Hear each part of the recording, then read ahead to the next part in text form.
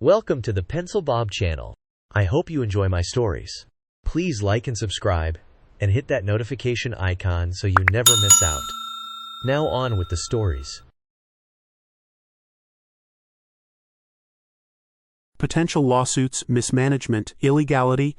Our management company is firing our HOA. These are the emails that were sent to all homeowners. Names have been changed for privacy purposes. From management company to board, I am becoming very concerned with the number of recent decisions made by the board. 1. Decisions are being made outside of a board meeting. 2. Decisions are being made without me being consulted. 3. Decision to terminate attorney made outside of a meeting. 4. Decision to terminate pool company made outside of a meeting. 5. Decision to terminate pool company without consideration to board-approved pool contract 30-day notice. 6. Decision to hire a pool vendor without vetting with management company. 7.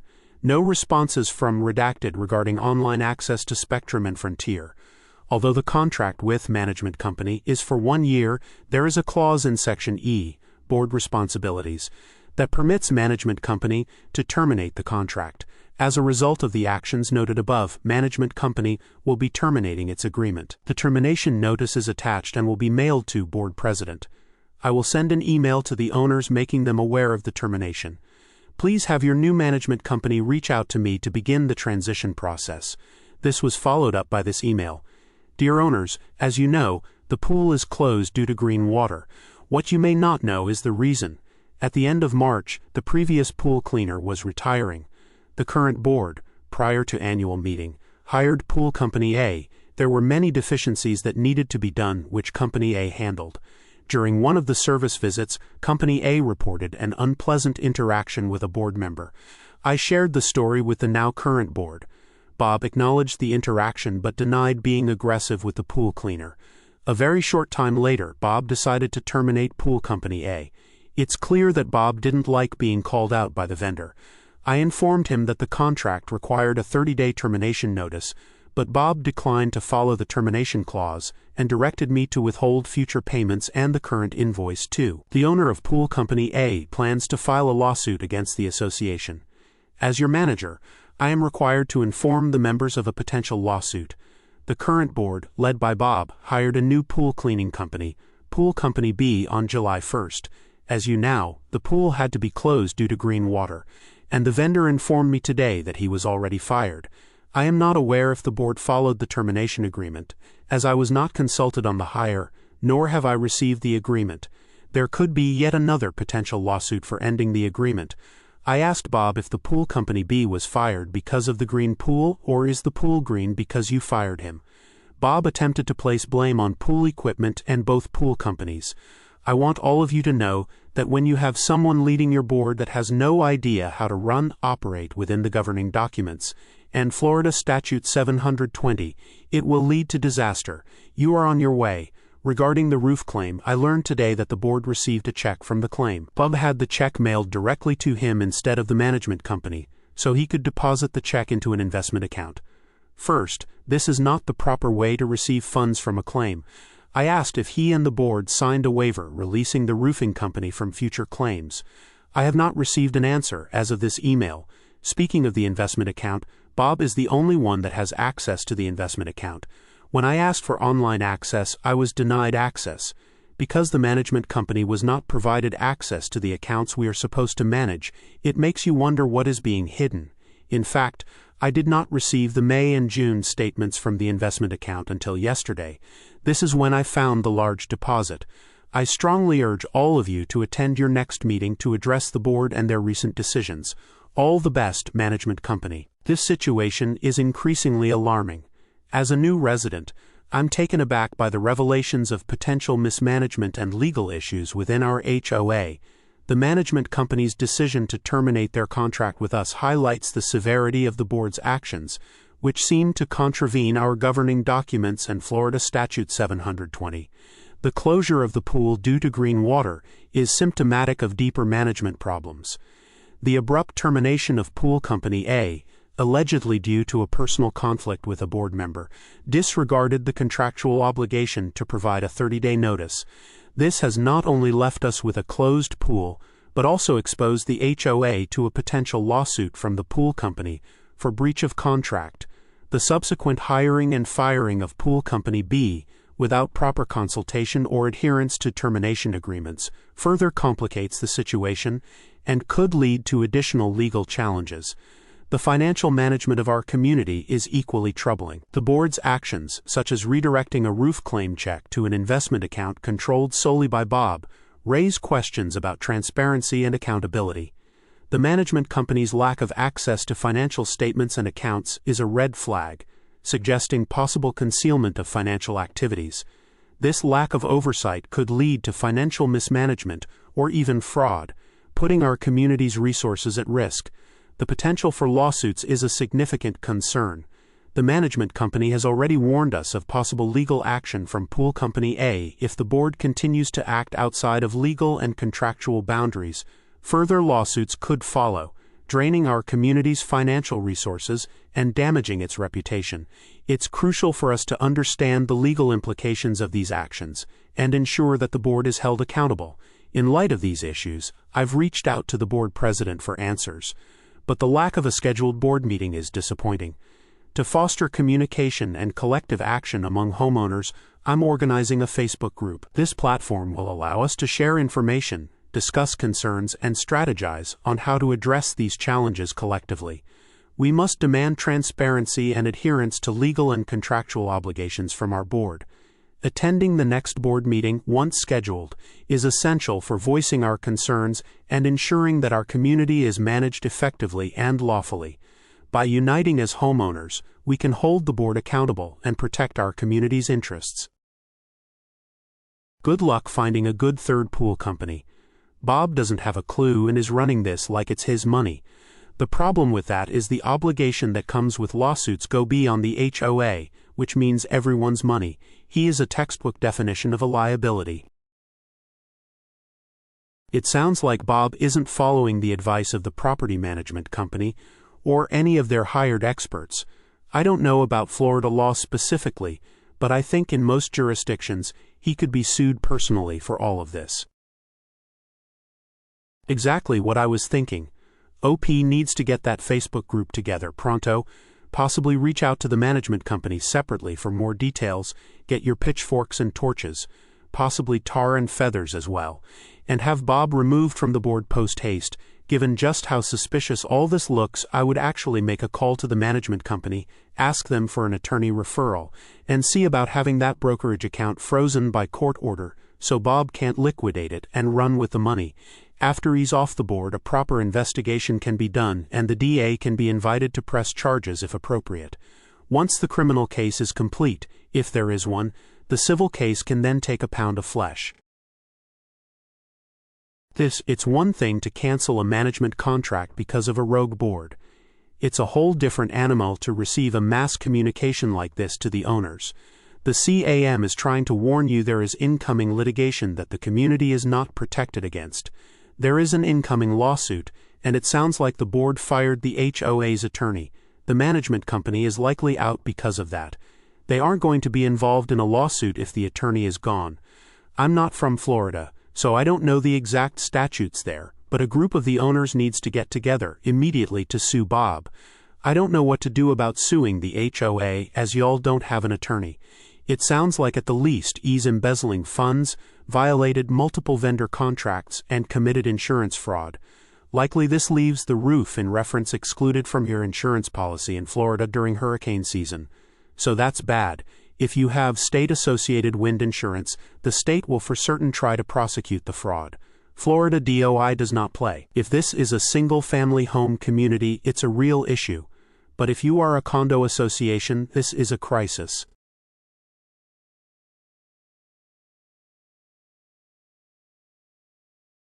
When I first moved into my neighborhood, I was excited about the prospect of living in a community that was governed by a homeowners association. It seemed like a great way to ensure that the neighborhood remained clean, safe, and property values stayed high. However, it didn't take long for me to realize that dealing with the HOA could be quite challenging, especially when it came to understanding and keeping up with the bylaws. One day, I stumbled upon a rather amusing way to keep the HOA on their toes. It all started when I discovered that our HOA published the bylaws online. Being the curious person I am, I decided to download and save a copy. It was a simple act, but it turns out that it would become a powerful tool in my arsenal against the HOA's covert operations. A few months later, I received a notice from the HOA stating that the bylaws had been updated. Intrigued, I downloaded the new version and used my word processor's Compare Versions feature to see exactly what had changed. To my surprise, there were several alterations that seemed to have been slipped in quietly, without any announcement or discussion. It was clear that the HOA was trying to change things secretly, hoping no one would notice. The changes were subtle but significant. For instance, there was a new clause about parking restrictions that seemed overly strict, and another about noise levels that was vague enough to be interpreted in many ways. It was as if they wanted to create rules that could be enforced selectively, depending on who was in favor or out of favor with the board. Armed with this information, I decided to bring up these changes at the next public HOA meeting. I meticulously prepared my notes, ensuring I had a clear understanding of both the old and new bylaws. I also made sure to read all the minutes of previous meetings, keeping every piece of correspondence from the HOA on file. As the old lawyer's saying goes, whoever shows up at court with more paper wins. I was ready to take on these mini-fascists who seemed to thrive on intimidation and secrecy. The day of the meeting arrived, and I felt a mix of nervousness and excitement. As the meeting progressed, I waited for the right moment to raise my concerns. When the floor was open for questions, I stood up and calmly asked for an explanation of the recent bylaw changes. I could see the surprise on the faces of the board members. They clearly hadn't expected anyone to notice, let alone question them. To my astonishment, they fumbled for answers, desperately trying to justify the changes with vague and hollow explanations about community safety and neighborhood harmony. It was painfully clear that these phrases were nothing more than a smokescreen, a feeble attempt to mask their underhanded tactics with seemingly noble intentions.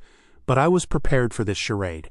I pointed out specific inconsistencies in their explanations, highlighting the glaring gaps between their words and the actual changes in the bylaws. I pressed them for clarification on how these changes were communicated to the community, emphasizing the lack of transparency and proper notification. As I spoke, the board members exchanged uneasy glances, their confidence visibly shaken. They realized they couldn't easily dismiss my questions or brush them aside with their usual platitudes. The atmosphere in the room grew tense, as they struggled to maintain their facade of authority, knowing that their covert operations had been exposed for all to see. The weight of their dishonesty hung in the air, and I could sense that their days of operating in the shadows were numbered. After the meeting, several neighbors approached me, expressing their gratitude for speaking up. It turned out that many of them had similar concerns but were either unaware of the changes or unsure how to address them. This experience taught me the importance of staying informed and involved in community matters. It also highlighted the power of transparency and accountability, even in the seemingly mundane world of HOA governance. From that day on, I became more vigilant about monitoring the HOA's activities. I made it a point to attend every meeting, armed with my laptop and a folder full of documents. I even started a small group of like-minded neighbors who were interested in keeping the HOA honest. Together, we became a force to be reckoned with, ensuring that any attempt to change the rules without proper notice would be met with scrutiny and resistance. In the end, this little game of Catch the HOA turned into a rewarding endeavor that was both enlightening and empowering. It not only kept the board members on their toes, forcing them to operate with a newfound level of transparency, but also fostered a remarkable sense of unity among the residents. What started as a personal mission to unveil the truth quickly evolved into a community-wide movement. We learned to work together, share information, and hold the HOA accountable for their actions, refusing to let them continue their reign of unchecked power and secrecy. The board members, who once seemed untouchable and intimidating, were now faced with a neighborhood that was informed and unafraid to question their every move. It was a fun and effective way to ensure that our neighborhood remained a place where everyone felt heard and respected, rather than a domain ruled by a select few who thrived on manipulation and control. The sense of camaraderie that developed among us was a testament to the power of collective action, proving that even the most seemingly insignificant efforts could lead to significant change. You're right, I don't live in CA, But the thing is that HOAs have discovered that they can do whatever they want, even against their bylaws or other laws, because what can people do about it? Call the cops. I'm sure they will get right on an investigation. HOAs routinely ignore their own rules and local laws. No one has the desire, time, or money to fight an extended lawsuit that the HOA will drag out for as long as possible. No more than 1 or 2 neighbors will help. No one wants to be bothered. And if you do have the time and money, who do you sue? The HOA. You'll never get anywhere. Try to sue board members. Which ones? What for? Changing the bylaws without a meeting? What hard evidence do you have? The board members will all point at each other. And even if you sue and win, they will just plead out, get a slap on the wrist, probation, whatever. No one will see the inside of a cell. The point is that unless you're a multimillionaire who can afford top-notch legal talent to really bring a case home, it's pointless. Unless it's a super egregious case, cut and dried with a nice smoking gun for evidence, or a major financial crime, no one will be punished, and it will just be a big waste of your time and money. The only possible way is to somehow get a friendly local DA to pursue it, and that very rarely happens. They know all this, which is why they can crap on you and laugh in your face. My advice is, get your petty revenge on them personally in every legal, non-violent way possible. Make their lives miserable. HOAs cannot just do whatever they want, and your statement that no one has the desire to do anything is also false. I would argue that most homeowners within a given HOA will choose to get involved when whatever problems exist start affecting them or their wallet. That's been my experience. When it was just one homeowner getting hassled, you're right. No one gives a crap. Once the HOA board crosses a line that drags the rest of the owners down, then they tend to get involved. You don't know jack crap about HOAs and how they function. I believe you should not sign up for things you fully realize and then complain. We looked at 2 other houses before the current one we own. The other 2 were in HOAs and didn't buy. The current house is not in a HOA. Our previous home was very close to a small downtown, a city neighborhood. I realized prior to our moving I didn't want to be in a situation with someone dictating what I do with my property. I have had friends and family live in them. Brother-in-law lived in one that told you what color window treatments you can have. No, not for me. 2 other people we knew lived in run-down condos that they paid fees for. Not for me. Others like that. I don't.